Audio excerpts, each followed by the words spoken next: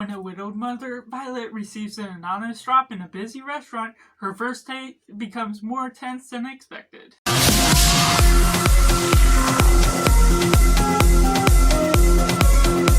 Hello and welcome to Cinema, where we focus on the film. I'm Josh, this is Simply Cinema. Let me know down in the comments below what you thought of the latest Blumhouse horror movie, Drop. Is it good, is it bad, or somewhere right in the middle? Or if you're waiting for this review to decide if you're going to see it or not, make sure to like this video if you enjoy it, subscribe if you haven't already to join in the film culture community, where we talk about the love of cinema as a whole. And going into a positive, just generally what we build with the atmosphere, starting sort of in this home where you get the babysitter for her son, she's going on her first date, and how all this comes about, and going into this secluded restaurant, sort of making it a one location type of movie that really isolates the characters in their own wits. They're trapped, getting this anonymous drop. All the mystery vibes going about throughout this movie is something that immersed me into the intensity that Christopher Landon as the director really builds into the environment as a whole. Brendan Sklenar and Megan Fahey just really do a good job with the chemistry together, sort of combating against each other in one sense, but also working in a eccentric way that builds upon the romance between the two. And something that just really elevates the atmosphere is how they kind of build up these characters in this environment that's full of people. Of course, you're getting these anonymous drops. You can't name the exact person it's coming from, and that's what gets you in the guessing game. That I just love the murder mystery type of games, except the murder hasn't happened yet, and the guy is trying to get Megan Fahey's character to do all these different things.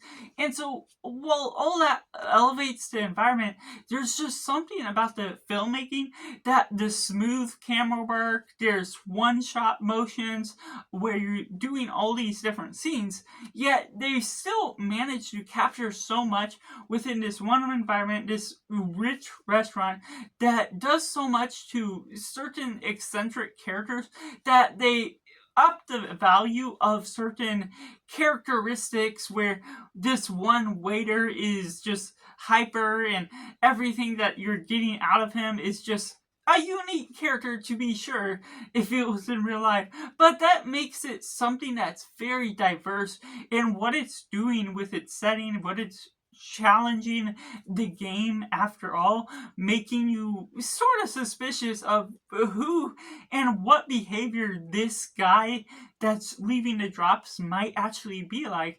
That really opens the scan of all the suspects up to a whole nother level that just is something I'm really on board with, especially when you're getting all these flashbacks, certain things about the mother that's widowed, certain hints dropped to what she may or may have not done based on why she's widowed, how she lost her husband, and it's not too disruptive to the flow of the present day once you're getting those flashbacks, because it's only sort of adding it in when it's just dropping the hints, letting you know what her character is about, and also leading you to guess if she is a suspicious character to begin with as well as how they're establishing the date as a whole.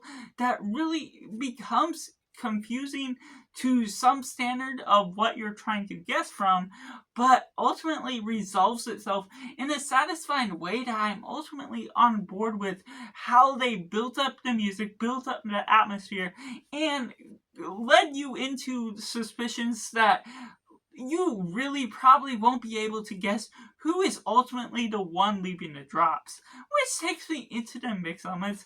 There's certain elements where you have to suspend your disbelief, a couple of parts here and there that may not flow in the nicest manner, or things about the flashbacks that could be a hit or miss for one person or the next. So there's the way you work into that. Well, I'm not too bothered by some of those things. Other elements about the suspension of disbelief, how certain characters are led into one situation where they could have tamed down the environment a little bit more for a particular scene or a certain action that could have been like, okay, you could have relaxed this part a little bit in order to make it feel a little bit more believable. You don't have to stretch things to the most tense situation, because once you take it to the element of survivability, but you can suspect who will survive, that's ultimately where things just go into an off the rails sort of situation of things involving a window and how that ultimately goes into survivability that sort of cheats itself into the system of adding in a little bit of a plot armor. It's not too much of a problem because it only happens a couple different times, but it is something to be noted. But going into the negatives, there's something about the atmosphere to the motivations of the characters that I felt could have been a little bit more consistent. This goes into the idea of suspension of disbelief, to which certain characters may think about leaving the day or leaving the restaurant, and you come into this point where you just want them to be a little bit more on point with what they're doing. The whole atmosphere, because she is receiving the drops, becomes suspicious, becomes different in the way they're building it about. And so when it all still maintains its course of action while she's trying to maintain control of the situation, it becomes a little bit more circumstantial to the nature of how you're building up these character motivations that feel a little bit disruptive to the ideas that are flowing on throughout. And they could have done a little bit more with the past that she dealt with as a whole, the way and how they build up. And while they do reveal the answers to what her past was like, it doesn't necessarily involve that so much to the situation that is going on at hand with the main plot. So that's my personal review for Drop, which I have to rate a simply 8 out of 10. Let me know down in the comments below what you thought of the latest Blumhouse thriller. Do you like it? Do you not like it? Or is it somewhere right in the middle? Let me know all your thoughts, and make sure to like this video if you enjoy it. Subscribe if you haven't already to join in film culture community where we talk about a lot of cinema as a whole. So let's just all make sure to do yourself a favor and go watch a movie.